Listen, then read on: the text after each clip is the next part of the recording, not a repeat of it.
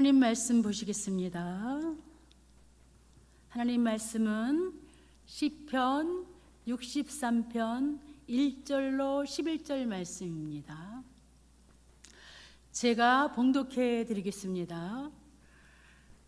하나님이여, 주는 나의 하나님이시라. 내가 간절히 주를 찾되 물이 없어 마르고 황폐한 땅에서 내 영혼이 주를 갈망하여 내 육체가 주를 앙모하나이다. 내가 주의 권능과 영광을 보기 위하여 이와 같이 성소에서 주를 바라보나이다. 주의 인자하심이 생명보다 나음으로 내 입술이 주를 찬양할 것이라. 이러므로 나의 평생에 주를 송축하며 주의 이름으로 말미암아 나의 손을 들리이다. 골수와 기름진 것을 먹음과 같이 나의 영혼이 만족할 것이라. 나의 입이 기쁜 입술로 주를 찬송하되 내가 나의 침상에서 주를 기억하며 새벽에 주의 말씀을 작은 소리로 읊조릴 때에 하오리니 주는 나의 도움이 되셨음이라. 내가 주의 날개 그늘에서 즐겁게 부르리이다. 나의 영혼이 주를 가까이 따르니 주의 오른손이 나를 붙드시거니와 나의 영혼을 찾아 멸하려 하는 그들은 땅 깊은 곳에 들어가며 칼의 세력에 넘겨져 승냥이의 먹이가 되리이다. 왕은 하나님을 즐거워하리니 주께 맹세한 자마다 자랑할 것이나 거짓말하는 자의 일은 막히리로다. 아멘. 하나님께서 오늘 이 시간에 말씀으로 저희들에게 찾아와 주시고 하나님의 말씀을 대언할 때에 전하는 자와 듣는 자 모두가 하나님의 말씀에 풍성이 젖어들어 말씀 따라 샘을 얻으며 말씀 따라 삶에서 승리하는 역사가 나타날 수 있도록 온전히 말씀으로 역사하시고 영광을 받아 주시옵소서. 넉넉히 그렇게 하실 주님을 찬양하며 예수 그리스도 이름으로 감사하며 기도드립니다. 아멘. 저는 오늘 이 본문의 말씀을 가지고 광야의 기도라는 제목으로 하나님의 말씀을 함께 나누고자 합니다. 오늘 이 본문의 배경을 먼저 말씀을 들어보면 당시에 유다의 임금이었던 다윗이 유대 광야에 있을 수밖에 없었던 상황들을 낱낱이 기록한 내용입니다. 당시 상황은 압살롬의 반란으로 예루살렘 왕국을 떠나 있을 때입니다. 이때 당시의 상황을 사무엘하 15장 23절과 28절이 이렇게 증거합니다. 온 땅 사람이 큰 소리로 울며 모든 백성이 앞서 건너가매 왕도 기드론 시내를 건너가니 건너간 모든 백성이 광야길로 향하니라. 너희에게서 내게 알리는 소식이 올 때까지 내가 광야 나루터에서 기다리리라 하니라. 이런 광야 생활 중에 다윗이 하나님 앞에 어떤 기도를 했는지 구체적으로 살펴보도록 하겠습니다.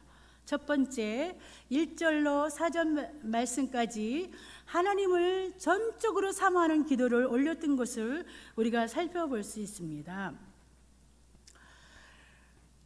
다윗은 하나님이 나의 하나님이 되신다는 말을 하는 동시에 주밖에 없다는 그런 고백을 했습니다. 이 말은 무슨 말이냐면 나는 하나님의 것이라는 것입니다. 나는 하나님께 소유된 자라는 그런 신앙 고백을 했던 것을 볼 수가 있습니다. 사랑하는 여러분, 인간과 하나님의 관계는 결코 일방적일 수가 없기 때문에 지금 우리는 예수 그리스도의 보혈의 공로를 통하여서 하나님과의 관계가 결코 단절되지 끊어질 수 없는 사람들이 되었다는 것입니다. 이 말씀은 하나님과 저와 여러분들과의 관계는 다윗과 마찬가지로 끊을래야 끊을 수 없는 관계라는 것입니다. 다윗은 아들 압살롬의 반역으로 부득이하게 성전을 멀리 떠나서 광야로 갔지만 현실에 자기를 비추면서 낙심하거나 결코 좌절하지 않았던 것을 볼 수 있습니다. 오히려 절망과 고난을 다시 말씀드리면 현재 처한 상황을 하나님을 사모하는 기회로 삼았던 것을 볼 수 있습니다. 사랑하는 여러분, 광야라면 어떤 생각이 떠오릅니까? 오늘 본문 말씀에 보니까 아주 물이 없고 황폐한 땅이라고 말해주고 있습니다. 사방을 둘러보아도 먹을 것이 없는 곳이라는 것입니다. 기댈 곳이 없는 곳이라는 것입니다. 이렇게 황량한, 정말 삭막하고 쓸쓸하고 외롭고 고독한 가운데서, 굶주림 속에서 다윗이 선택한 것은 하나님을 사모할 수밖에 없었다는 것입니다. 1절 말씀에 보니까 카마우라고 악망하나이다라는 그런 뜻이 고백이 있습니다. 이 말씀은 무슨 뜻이냐면 주를 악망하나이다라는 이런 뜻은 얼굴이 수척해지도록 심히 갈망한다는 뜻이기도 합니다. 다시 말하면 하나님을 정말로 간절히 열망하다는 뜻입니다. 창백해지도록 하나님을 간절히 구했다는 뜻이기도 합니다.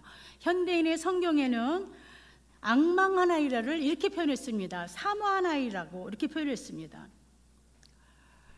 다윗 생각하면 저는 오늘 이 설교 본문을 가지고 설교 말씀을 작성할 때 되게 많이 하나님 앞에 부끄러웠습니다. 현재 내 상황을 비춰봤을 때 정말 이때도 다시 말씀드리겠지만, 내가 만약에 이런 다윗과 같은 비스무리한 그런 광야의 생활을 한다 할지라도 나는 사람을 먼저 찾지 않았을까? 목사인 나는 말씀을 읽고 기도한다고 하지만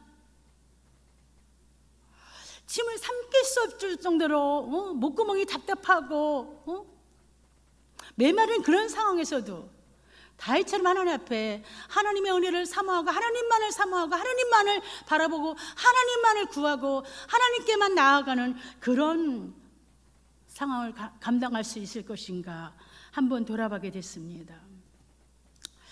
다윗은 또 2절에 성소라는 그런 단어를 썼습니다. 이 성소라는 것은 어떻게 광야에서 성소에서 하나님 앞에 예배를 드릴 수가 있겠습니까? 여기서 2절에 말하는 내가 주의 권능과 영광을 보기 위하여 이와 같이 성소에서 주를 바라보았나이다, 이 말의 고백은, 여기서 말하는 성소는 주의 임재가 있는 곳, 하나님 앞에 머무는 곳, 좀 더 쉽게 말씀드리면 하나님께 기도하는 장소를 말하고 있는 것입니다. 또 2절에 이렇게 말했어요. 주님을 간절하게 사모하고 있다고. 여러분, 어떻게 하면 이 상황에서 이런 고백과 이런 상황이 나올 수가 있을까요? 3절 말씀에 보니까 다윗은 주의 인자하심이 생명보다 나음으로 내 입술이 주를 찬양할 것이라. 이 대목에도 저 되게 부끄러웠습니다. 이 본문 말씀에 다른 목사님들은 어떻게 설교를 하시는가를 제가 여러 목사님의 설교를 들었는데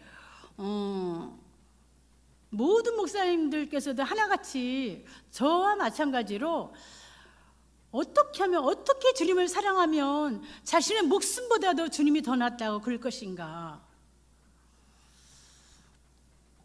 우리 찬양하죠. 또 순교자 정신으로 우리가 사역한다고 그렇게 말은 하잖아요. 근데 실제로 우리가 그렇게 사역하고 있는지 돌아볼 수밖에 없었습니다. 주의 보호하심의 그 사랑과 은혜가 너무 감사해서 이 환난 속에서도 하나님을 사모하고 내 생명보다 하나님이 더 존귀하다는 이런 고백을 할 수 있는 신앙인들이 과연 저와 여러분들이 되었으면 좋겠습니다. 다윗은 1, 2, 3절 이 고백을 볼 때 하나님과 지금보다 현실 배후에 계신 하나님을 붙잡으면서 더 깊은 교제를 하고 싶어 한다는 그런 사모함이 큰 믿음의 사람인 것을 살펴볼 수 있습니다. 4절은 어떻습니까? 이러므로 나의 평생에 주를 송축하며 주의 이름으로 말미암아 나의 손을 들리이다. 이 2, 3, 4절 말씀, 우리 CCM 있잖아요. 찬송을 우리 너무 쉽게 불렀어요. 나의 평생에. 여러분, 정말 다윗과 같은 이런 절박한 간절한 그런 심령으로 우리가 찬양을 불렀는지 돌아보게 되었습니다. 4절 하반절 보니까 손을 들리라라는 이런 단어가 있는데 카파이라는 이름이 있습니다. 이 말은 무슨 뜻이냐면 하늘의 하나님께로 향한 간절한 기도의 자세. 내가 주님께 항복합니다. 나는 나의 자아를 부인하겠습니다. 내 자아를 포기합니다. 이런 뜻이, 겸손의 그런 믿음의 뜻이 담겨 있다는 것을 볼 수 있습니다. 다윗은 하나님과의 깊은 교제를 통하여서 하나님의 힘으로만 광야 생활을 감당하려고 했던 것을 살펴볼 수 있습니다. 사랑하는 여러분, 우리가 지금 현실 앞에서 가장 먼저 필요한 것을 찾아야 한다면 다윗처럼 광야에서도 하나님을 사모함으로 예배하려는 진정한 마음을 가지고 살아가는 사람인가를 점검해 봐야 될 줄 압니다. 다윗은 과거에 예루살렘 성전에서 하나님에게 예배하던 영혼의 기쁨을 잃어버리지 않도록 회상하고 있는 것을 볼 수 있습니다. 영적 광야 생활에서도 성령 충만했던 때를 기억하며 하나님을 향해 나아가고 있다는 것을 살펴볼 수 있습니다. 현실적으로는 먹을 것도 마실 것도 모두 보이지 않는 아주 고통스럽고 막막한 현실 속에 있는데 다윗에게 가장 필요한 것은 바로 하나님을 찾는 영혼의 갈급한 문제라는 사실이라는 것입니다.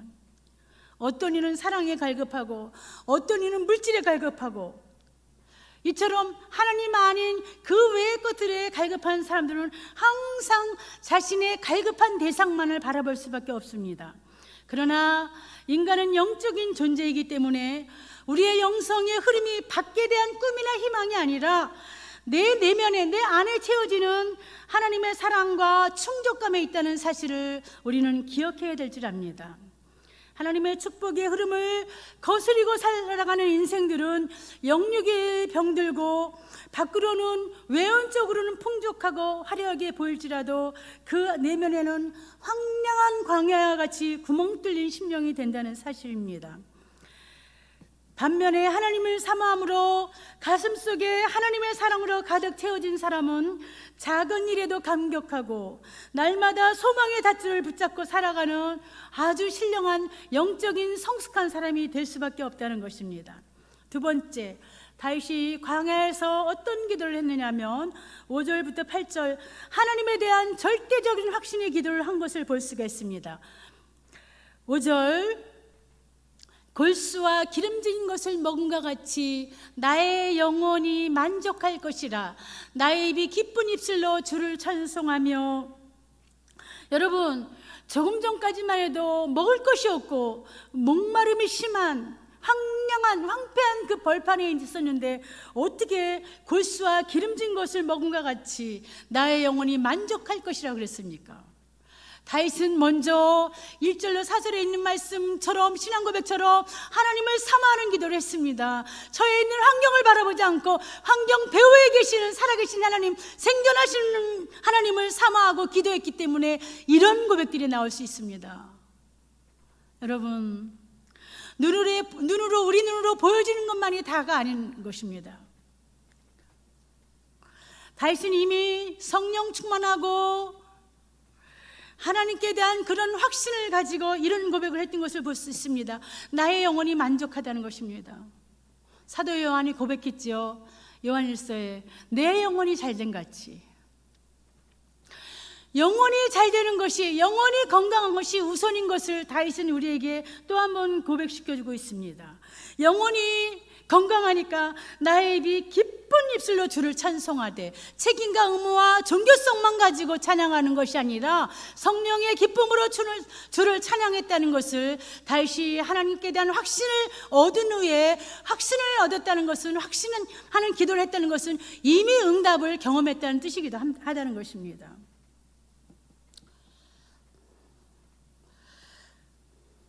다윗은 광야 같은 고난 중에서 피할 것은 목자 되신 하나님뿐이며 피하기만 한 것이 아니라 목마르고 애타는 심정을 토하는 기도를 했기 때문에 이런 5절과 같은 고백을 할 수 있다는 것입니다. 8절에 보니까 주의 오른손이 나를 붙드십니다, 이렇게 고백하고 있습니다. 이렇게 간절한 믿음을 가지고 영적으로 깨닫기를 원하는 그런 갈급한 심령을 가지고 기도했던 다윗이 하나님께 대한 확신을 가지고 하나님 앞에 머물러 있었기 때문에 주의 임재를 경험하고 하나님에 대한 사랑과 확신은 점점 더 깊어지게 된 것입니다. 다윗은 또 고백합니다. 침상에서 하나님을 기억하며 새벽에 주님의 말씀을 묵상한다고요. 이 말씀은 무엇이냐면 다윗이 밤새도록 철야기 도했다는 것을 살펴볼 수 있습니다. 자, 이때 당시에 하나님께 응답받기까지 기도하고 응답을 얻은 다윗의 심령 상태를 시편 42편 1절 2절에 이렇게 표현해주고 있습니다. 하나님이여, 사슴이 시냇물을 찾기에 갈급함같이 내 영혼이 주를 찾기에 갈급하니이다.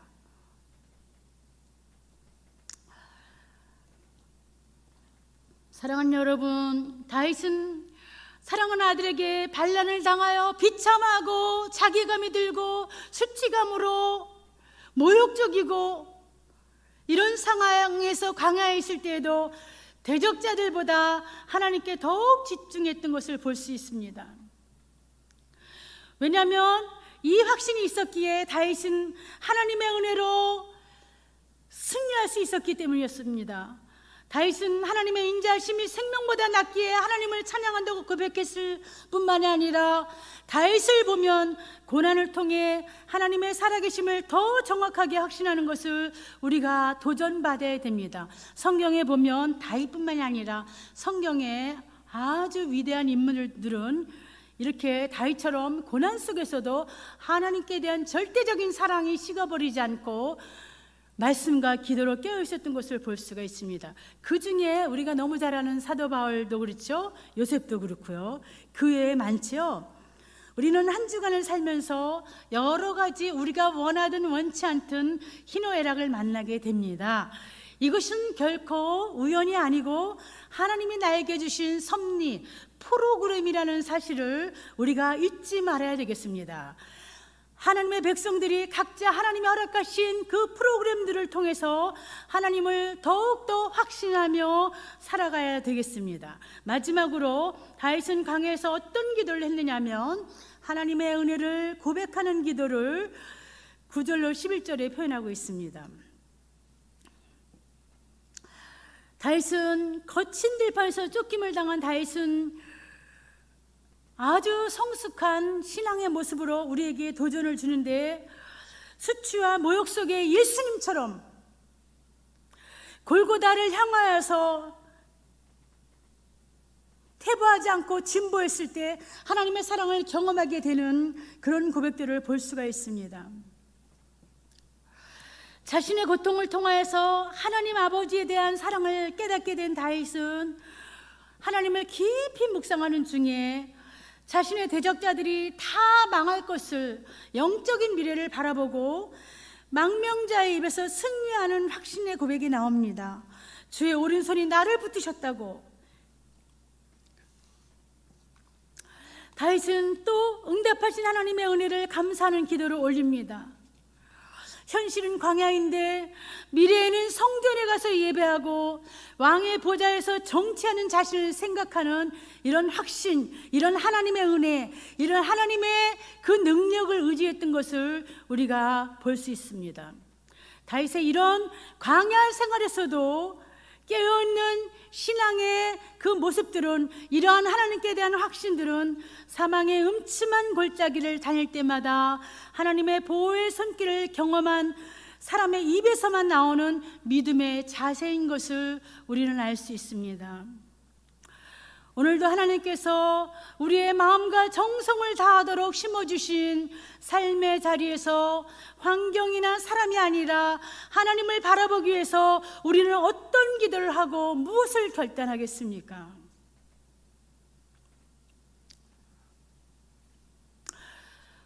말씀을 정리하겠습니다. 다윗의 신앙을 통해 우리는 하나님의 전에서 현재 멀어진 내 영혼이 너무나 메마른 심령의 상태인 것을 깨닫고 있습니까? 아니면 처한 환경에서 어떠한 환경과 여건 속에서라도, 현실 속에서도 하나님을 갈급해하며 말씀과 기도로 깨어있기를 훈련하고 있습니까? 다시 말씀드리면 지금 살아가는 내 모습이 하나님을 의지하면서 하나님을 얼마나 확신하며 살고 있는가 말입니다. 사랑하는 여러분, 우리의 모든 문제가 하나님에 의해서 해결되기 때문에 하나님과의 은밀한 교제를 통하여서 우리도 다윗처럼 광야에서도 승리의 확신과 영광의 찬양으로 하나님께 영광을 올려드릴 수 있습니다. 지금 이 환경과 이 시간이 하나님의 궤도 안에 있다는 사실 때문에 우리는 하나님께 더 가까이 나아가야 될 줄 압니다. 우리 모두가 현재 처해 있는 그 상황 속에서 주께 더 가까이 나아가기를 예수 그리스도의 이름으로 축복합니다. 기도하시겠습니다.